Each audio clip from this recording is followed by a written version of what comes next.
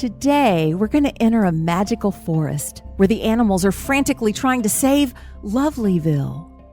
Oh, you're going to be delighted. Welcome to Story Time on Exploring Possibilities. Every episode that we have is intended to raise consciousness and explore new ways that you can transform your life from the inside out naturally.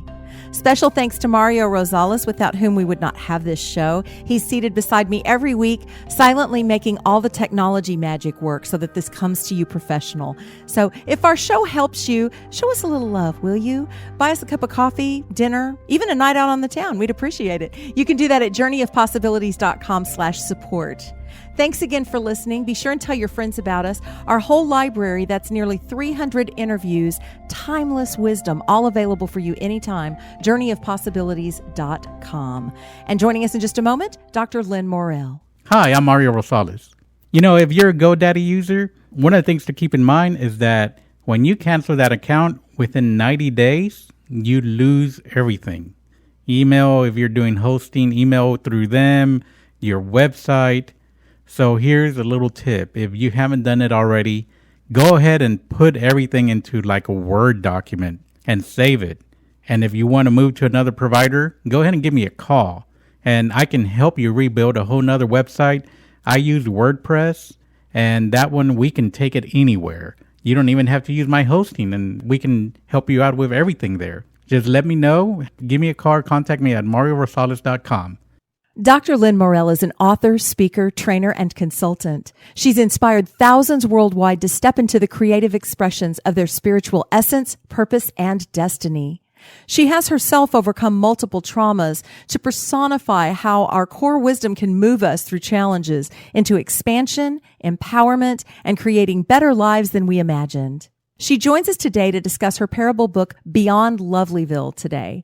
Now, trust me, you deserve every page of this delightful read. So go ahead and get yourself a copy and dive in. There's a link right here on the podcast for you to order. And when you do that, we get a small gratuity at no extra cost to you. So thank you for supporting the show in that way.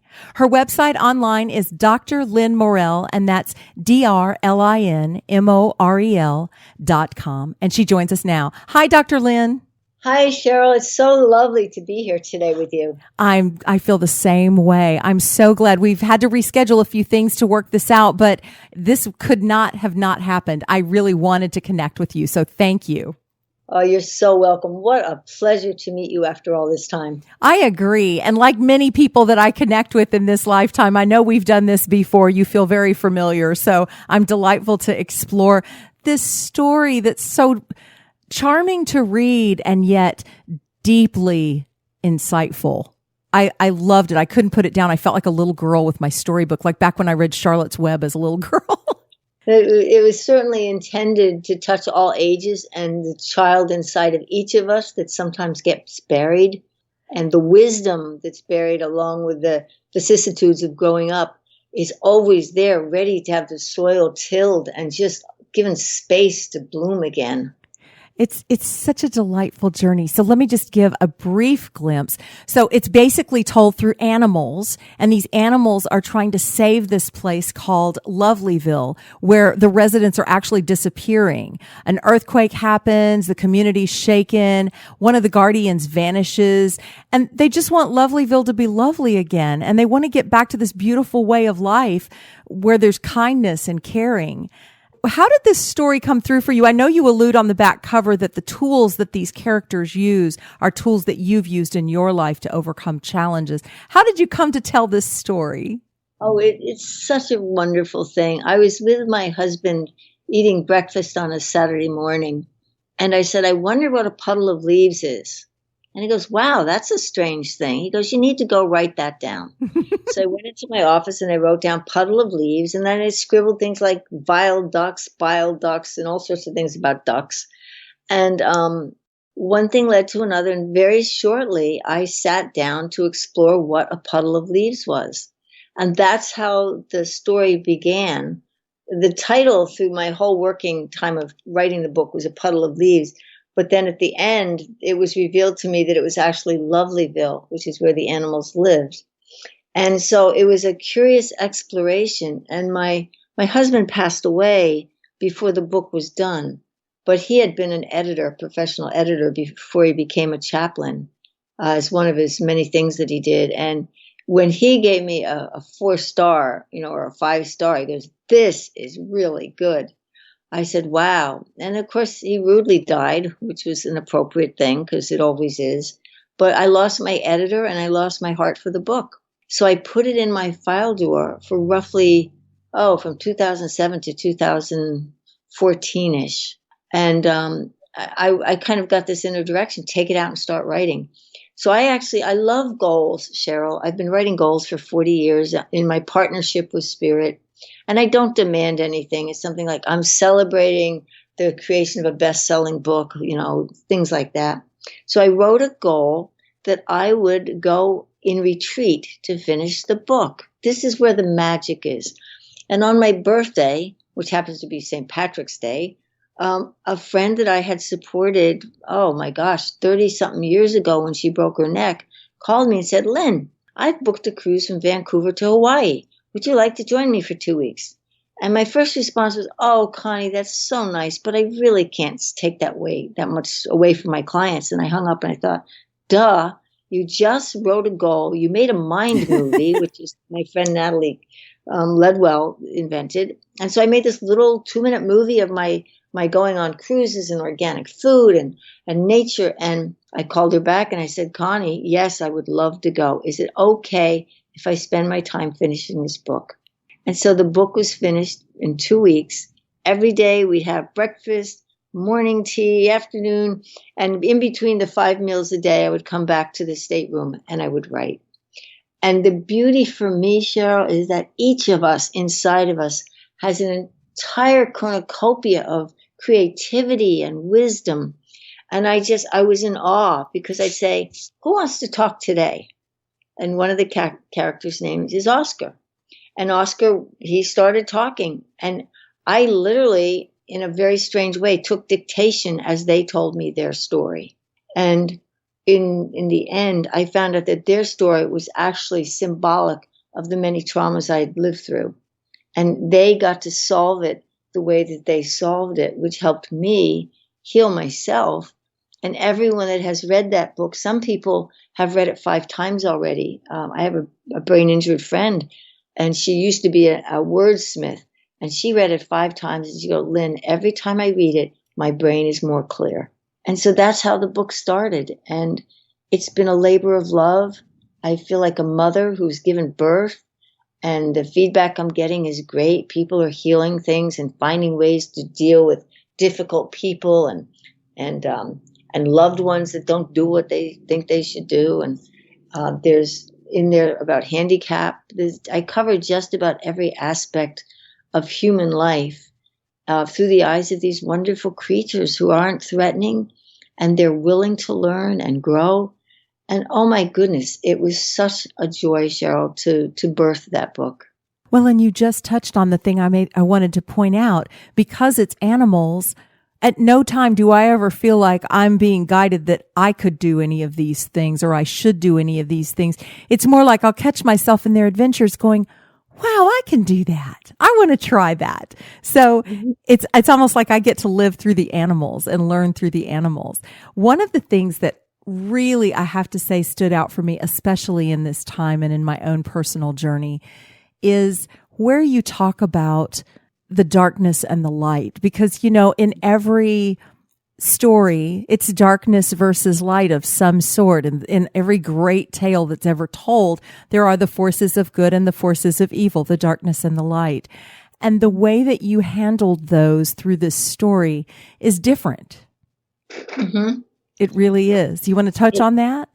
I would love to touch on that because this book is very autobiographical. I'll be really upfront about it. And there was a time when I felt like I was stuck in the darkness, in the blackness, and I could find no respite from this incredible pain. My husband had died in a plane crash at this time. Well, no, that's the first husband. I lost 2 husbands, one in a plane crash and one due to hospital error. But at that point in my life, I was in a dark tunnel when my husband James passed away from an elevator accident that pretty much took his life. It gave him a brain injury and he went downhill. But it was that tunnel and the things that those characters do in the tunnel to regain their, how can I say it, more equanimity, that they were stuck. They didn't know where they were. They didn't know where they were going. They couldn't go forward. They couldn't go back. And there was this presence of heaviness, which I have experienced. And so when I found them using the same tools that I had used at the YMCA on a treadmill, I thought, wow, this is really cool. And so all the things that they do are things that I actually physically did to heal myself. And the fact that it came through the eyes of little critters, for me, that was a stroke of brilliance, but I can't take claim of it. I just was willing to take it where it wanted to go. And I believe that was a healing balm for me and for everybody that's read it. Because we all go into dark places. It's part of the human condition. But hating them makes them grow.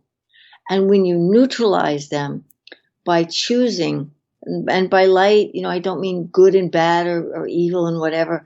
I mean by choosing joy in the face of adversity, bringing song and laughter when you just want to lay down and curl up. It's miraculous and it's free. And so those were the things that I did. And I would take walks and, all those characters are aspects of me. And I have to say, Oscar is one of my favorite because he's a detective. And the work we do in the world is detection to help uncover not the symptoms of people's traumas, but the actual causes without re-traumatizing them. Those animals were traumatized enough in the book. And yet they found ways to bring community and reach out to one another and to have forgiveness in their heart for those that are stuck in the dark and don't have a way out. And I think that's probably one of the greatest gifts, is to not judge those. Because if we knew their secret pains, oh my goodness, we take them in our arm and hold them like a baby. No matter how vile they are, no matter what people do, in their core is a core of goodness which has been covered up. And they don't have the tools and sometimes nor the willingness to go the other direction. So it's like a continuum. One end is very, very, very bright and everything is wonderful and joyful and happy. And the other end is really, really, really dark when you're in the pit of despair. And yet there's a continuum that we as individuals can choose. And that sounds impossible the way we're raised, but we can choose to make different choices. And sometimes you got to get sick and tired of being sick and tired, as my brother says to me. God bless him. He's been sober for 47 years. And when you're sick and tired of being sick and tired, you try something different. Just one baby step is all it takes for us to leave the dark tunnel and find our way to a new beginning. Yes. Brilliant. You're a wise woman. Wise words for us. I'm not going to give away the book, but I am going to quote a little piece here that's really the crux of what I was going to. The character, who will remain unnamed for this quote, strikes at anything that represents the light of the heart. This character embodies what others have disowned or judged as unacceptable. They do not understand the nature of light and dark. He grows stronger with the fear and rejection of those that neither understand him nor his ways. Those on the surface have forgotten that when one rejects an aspect of itself, it grows, distorts, and corrupts goodness. So that's what you're talking about. You're talking about in this continuum that lives inside of each one of us between good and evil, or light and dark, or however you want to position that. We get distorted. We forget who we are. We get jumbled up in the things that happen to us, and we lose our way. And judgment and anger and betrayal and all of those things are not going to help us find our way back. It's the one thing that can be so challenging for some of us to do in the face of anger or bitterness, to respond in love. But love is the only thing that's going to shift that. And it is. And the thing is, when you reach for it, you will find it. Yes.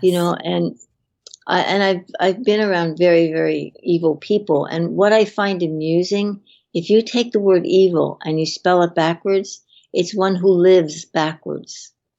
And if you take the word devil and you spell it backwards, it's one who's lived backwards. So I find that an interesting little serendipity about words. And all of us have inside of us the capacity for evil. All of us have the capacity for love.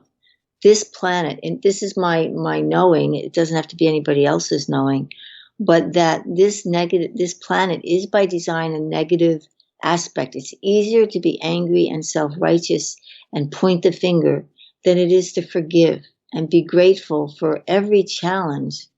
And that's what I had to learn. And that's, I believe, what the characters are learning, that every opportunity, everything that looks like it's a dead end, could become an opportunity to a greater depth of wisdom and knowing and compassion. And if we can give ourselves just an itty bitty bit of compassion, we can unlock all of those. I call them elephants in the room and barking dogs. Because the elephant's there, whatever it is that we haven't forgiven, the girl that stole our boyfriend, the guy that stole the girlfriend, whatever it is, when we can learn to lay that burden down, then we have more space for the sun to come in. And by the sun, I mean the sunshine, the lightness, the optimism. And let's face it, we're trained to be afraid of everything. Don't talk to strangers. Don't do this. Don't cross the street. And in all of this, don't, the child's innate wisdom generally gets buried by the time they're 5. And they become little clones of what the parents expect. And in order to survive, they have to go with the game plan. And then the beauty is at some point, something happens that wakes us up and makes us look a little more closely at what we've bought hook, line, and sinker. And so I think that's also a possibility in that book, that as they're stuck and there's no way forward and they can't see any way out of their dilemma, the voice of wisdom drops in. And that's available for all of us. Oh, Sheryl, there were times when I was so angry at my life and the things that happened. I raised my fist. It's like, it's not fair. Well, nothing's really fair, and everything's fair game for us to choose which modality we're going to work from. There's a solution here, by golly, and I'll find it. Or it's useless. I'm just going to go have a drink. And there's a lot of people like that out there, and God bless them. They've just lost their way. Yes. And that's all of us. I mean, the irony is I've been doing this kind of work for almost 40 years. And for the last 35 of them, I said, I wonder what my calling in life is. I mean, it's ridiculous. I've only been doing it for 40 years. And it's like, when am I going to do my life's mission? And it's like, duh, have a V8. I am laughing so hard because I'm having the same conversations, the exact same conversations. I'm working with this woman and we're doing full life review, the work of Rudolf Steiner and biography work. Uh-huh. And I'm going through it and it's like we get to the mission segment and I'm like, have I found my mission yet? And it's all the mission. How could we miss our mission? Exactly. And our mission is to breathe in and breathe out. Yep. If you come right from the basics. And all else is handled if we would get out of our own way. Right. And therein lies the rub. We have everything inside of us. We forget where we've put it. Sometimes we've packed it away in a closet because it's tied up with trauma. Sometimes, we lose someone we love so much and we don't have the tools to recognize that they may be gone physically, but the energy is there forever. And where I'm staying while I'm recuperating, the woman is 87 years old. I knew her quite well. She ran a health food store and has been able to touch people and heal them for, God knows, 4th stage cancers over and over because she's so strongly steeped in spirit. And her husband died 15 years ago. And every day at 2:41, the radio pops on and she says hello to him because the radio, it never popped on before he died and it only stopped after he died. Now, is that a coincidence? Maybe. Or maybe our loved ones on the other side can communicate with us. And they don't want us to suffer. They want us to take the loving that we've gotten from them, or if they're not so nice, take what we've learned about being nice, and then everything is just easy. When we know that we're part of a bigger scheme of things, like Lovelyville is a small place, very small place. And yet the entire canopy of life, the entire human existence takes place through those little critters. And I find it so interesting that the story is so simple, but I prayed that every word would carry the energy of healing for whoever picked it up. And that was my mission. And then to let it loose into the world. It does. It does. It carries that. It's such a beautiful story, and I can't wait to see what happens with the characters. And I flipped through the pages, and I was so happy, sad when it was over that I wanted to turn it right back over and start on page 1 again. I didn't want to leave the story of those critters, because along the way you fall in love with them, because each one of them, of course, personifies, like in The Wizard of Oz, each one of them personifies an aspect of ourselves.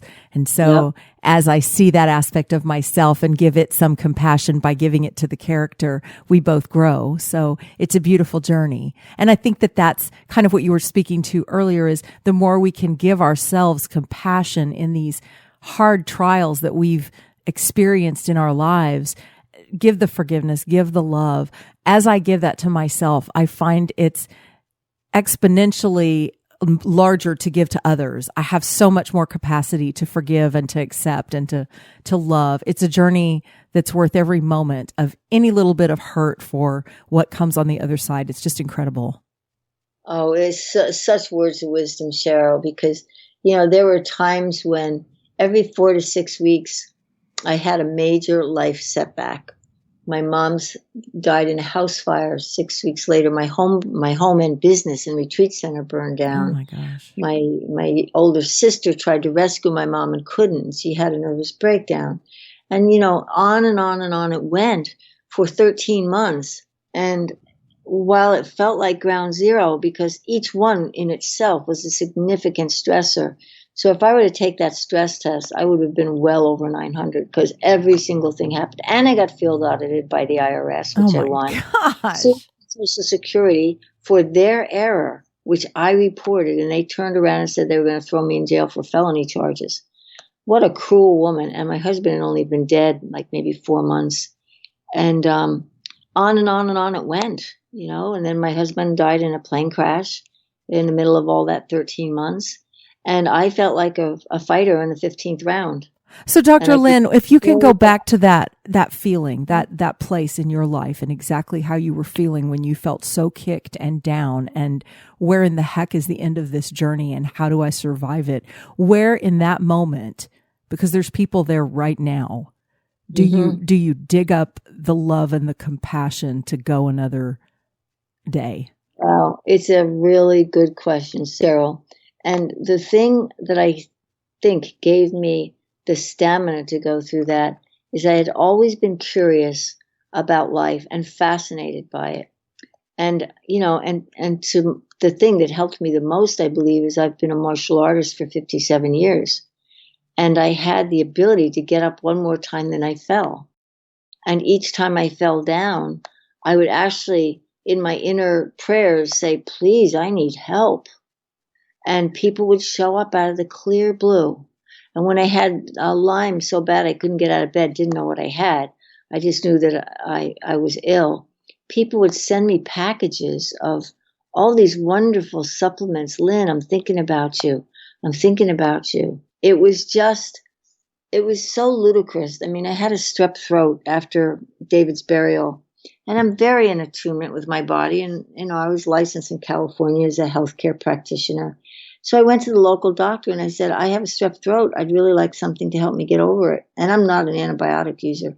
He goes, oh, no. I'm going to use some Valium because, you're grieving about the loss of your husband. I said, that has nothing to do with my sore throat. So he gave me the prescription, which I promptly tore up when I walked outside. But I insisted he do a strep test. And he goes, oh, by the way, you have strep. And so listening to myself in that dark period is the only thing I had. It was like the dark night of the soul. I had no future. All I could do was put one foot in front of the other. And I got to the point where it was like, what's going to happen next? But I had asked in the deepest part of my being that I could take every trauma that I ever had, and some that I didn't remember at the time, which were whoppers, that I could turn that to help people so my losses wouldn't be in vain. I think that's what turned me around. I wanted to give to others the ability to know they weren't alone. And the people that appeared in my life, one woman had heard me speak. She called up, she goes, I want to study healing with you. She's from France. She became a friend to this day, and she's close to 90. And she and her mother, who hid Jewish people during World War II, they hid a family. That Nanny was at that time in her late 80s, and she walked 3 miles every day with the dog, wore the dogs out quickly. But Nanny kept going, and her having lived through World War II, her having done the right thing, which was to take her fellow human beings, she saved a little girl and her father. And years later, I was living in California, and I got a call. Nanny, that's what we called her. Nanny's getting an award from Israel. And so I flew in from California, and she was so stubborn, she would not go. No, I'm staying home today. Nanny, you need to come. No, I told you I'm staying home. So my friend Claudine practically had to drag her to the synagogue. No, I'm staying in the car. Nanny, humor me. And of course, she walked in, there were 200 people. They found the little girl. And in the darkest of times, they went and they found that little girl 40 years later and flew her to the U.S. Now, that's a woman who lived through dark places in a war where the Gestapo showed up at their door with the shiny boots. And she said to her little girl, don't you tell her about your sister or we're dead. And so with that in my consciousness, I knew if they could do it, I could do it. And if I could do it, I could help other people do it. And I think that's what kept me going, is at the end of that dark tunnel was a glimmer that I had, that I would be so strong on the other side that I could witness people in their darkest, darkest times and not be fazed by it, not get attached to it, but witness the atrocities that people have shared with me. And in the witnessing, they're validated. And in the validation, they feel the love. And with the love comes like springtime. The seeds are planted and they grow in their own time. That's a long-winded answer, but that's how I got through. I looked for some little silver lining, and I always found it. Either a person called. I was suicidal. I never did anything, but I wanted to leave the planet. It was too much. I lost my daughter through being taken by her dad. That was one of the things that happened. I didn't see her till she was 21. She was 12. My heart was broken all those years, and it's healed now. And she did find me. And so we're building a wonderful relationship, and she's a wonderful human being. So the things that were taken from me, the ground zero, were added back with extra measure. That's the best way I can describe it. So I got myself through the dark times, not knowing one day to the other how I was going to do it. But if I got up, I was up one more time than I fell down. And I would take walks going, be still, trust, I am, with my breath. And I would say that over and over and over because I lived in the country. And that gave me strength. And then I started praying for other people. Bless that person. I don't know what that person needs, but it's really clear that they're hurting. So can something be done about that person? Like not even any attachment. Like I would just ask for the highest good because I don't know what the highest good is. And that's how I started to emerge from that black tunnel. And that black tunnel was a good 10 years that I had to struggle to get out of it. You're also describing how one of the things that I heard early in your story and throughout your story, which is incredible, and that explains some of how you're so amazing. I noticed all the angels in skin that showed up when you needed them. And by the end of the story, you began to move out of that by becoming one of those angels in skin for others. And that's a huge gift right there, because that's the compassion, feeling it for others enough to be the angel. Even when you're having angels show up for you and you're thinking, what do I have to give? You've got so much to give to become one of those angels. So the answer is always love, isn't it? It is. And loving can take the most ornery curmudgeon and turn them around. You just meet them where they're at. You don't try to change them. You just love them, and you don't even have to say anything. You know, and it brings to mind a funny story. Two funny stories, actually. One was when I had my office in Santa Monica. I was between Arizona and Wilshire, I guess. When I people, I pass homeless people silently. I'd say, God bless you. Just as a ministry, nobody knew. And I walked by this new guy that I'd never seen on the corner before. And I said silently, God bless you. I got about 3 steps away and that man said to me, that's the kindest thing anyone has ever said to me. Now, I didn't say it out loud, but people hear our vibration and our thoughts. And when we bless people that have done hard things, not to forgive them in the sense of they get off and they don't go to jail, but in the sense that they're required to do what happens when they break the law. But you don't have to hate them because they've lost their way. Yes. And I think that's the greatest thing I've learned, is that we all lose our way. And then we find it, and then we lose it, and then we find it. And life is one big mistake. And coming from Los Angeles and Hollywood, the home of the whatevers, I learned that there's take 1, take 2, take 3 when you don't get a scene right. So mistakes are not things to be moaned about. They're corrective activities that show us a better way if we get curious. You got to be curious and fascinated. Like you and I know, I had a health challenge 2 weeks ago, and I didn't know, if I was going to make it. And so I got a call from a friend, one of my angels, human angel. You need to come be with me. And I was fascinated more than upset because I'm rarely ever sick. And this thing just came over me like somebody dropped 100 pounds of soil on my head. Couldn't breathe, couldn't work, couldn't move. And it's like, wow, how fascinating that my body's doing this. And then in the curiosity, all my angels came. My roommate at a conference was just stellar. And I couldn't eat for 4.5 days, and I threw up water. And I kept joking, I bet you I've lost weight. I really wanted to lose some weight. So, wow, isn't it great? And then when I got home, I'd lost 6 pounds. So it's like, oh, that's awesome. And my pants fit better. So there's always a silver lining, no matter how far-fetched it is. But that little thing still makes me smile. And if we can smile, we can get through. Yes.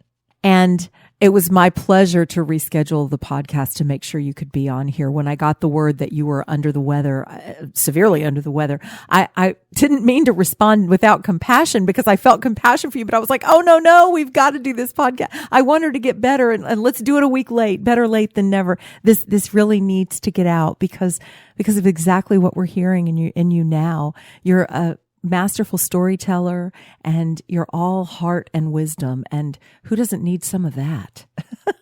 Well, thank you, Sheryl. And I'm going to ask that we sprinkle, for lack of a better word, fairy dust of compassion on all your listeners, because we all have the inner wisdom. It's right there.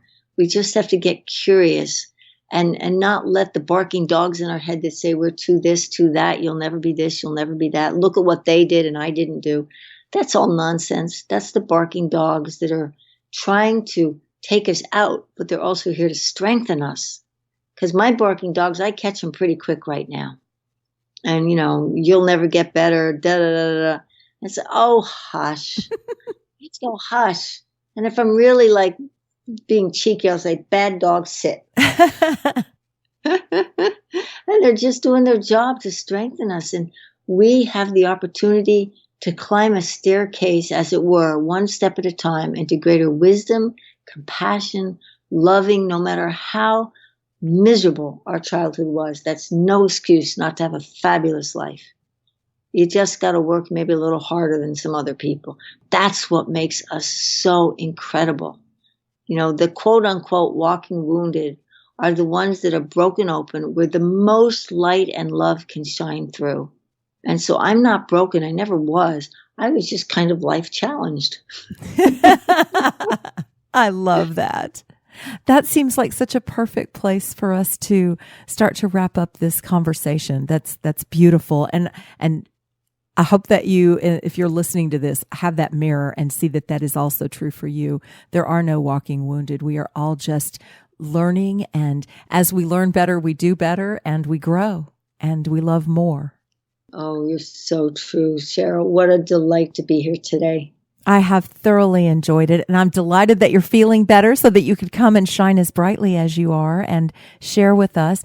Any new projects coming up? Anything you want to share with us? Actually, I have a book called The Grace of Love, and it is biographical in the sense that my husband was a chaplain at UCLA, and I have the chronicle of our 8 years of married life. Not all of the emails were the same, but I have the cards and the joyousness of our relationship, right from almost running him over to when he passed away of an accidental drug overdose in the hospital. And it's the ups and the downs and the way that we solve our challenges, the loving, the grace, the compassion for one another. It's really a riveting book, and it will be out pretty soon. I'm just doing the final formatting on it. And it's nothing has been edited except I took out the email address for my husband and myself, and I made it to and from. And it is a way that people can have a peek under the hood of what a healthy, wonderful relationship is, and that it is possible. Thank you for sharing that with us. It must have been such a privilege to experience it, and I love that you celebrate it by sharing it with us. Thank you for that. We'll keep our eyes open. And we can keep up with you at drlinmorel.com. That's right. Mm-hmm. Wonderful. And also, I'm available. I have a Facebook page called Positive Joy with Dr. Lin, and I only put positive quotes up. More accurately, my virtual assistant puts them up. But it's in response to so much negativity on the internet. And because I wasn't fond of Facebook, I decided to face that little againstness. So I thought, well, rather than bitch about it, I'm just going to do something about it. And so I think I have over 43,000 followers now, just from putting up positivity. We need all the positivity we can get. For sure. And again, thank you for having me on and graciously allowing me to postpone. I wasn't very coherent last Friday. Well, you're doing great today. So thank you for sticking with us and following through this week. We appreciate it. And thank you, listener, for joining us. As always, we'd like your feedback. So drop us a note at journeyofpossibilities.com. Let us know how we're doing. And don't forget to tell your friends about us. And we'll see you next time on Exploring Possibilities.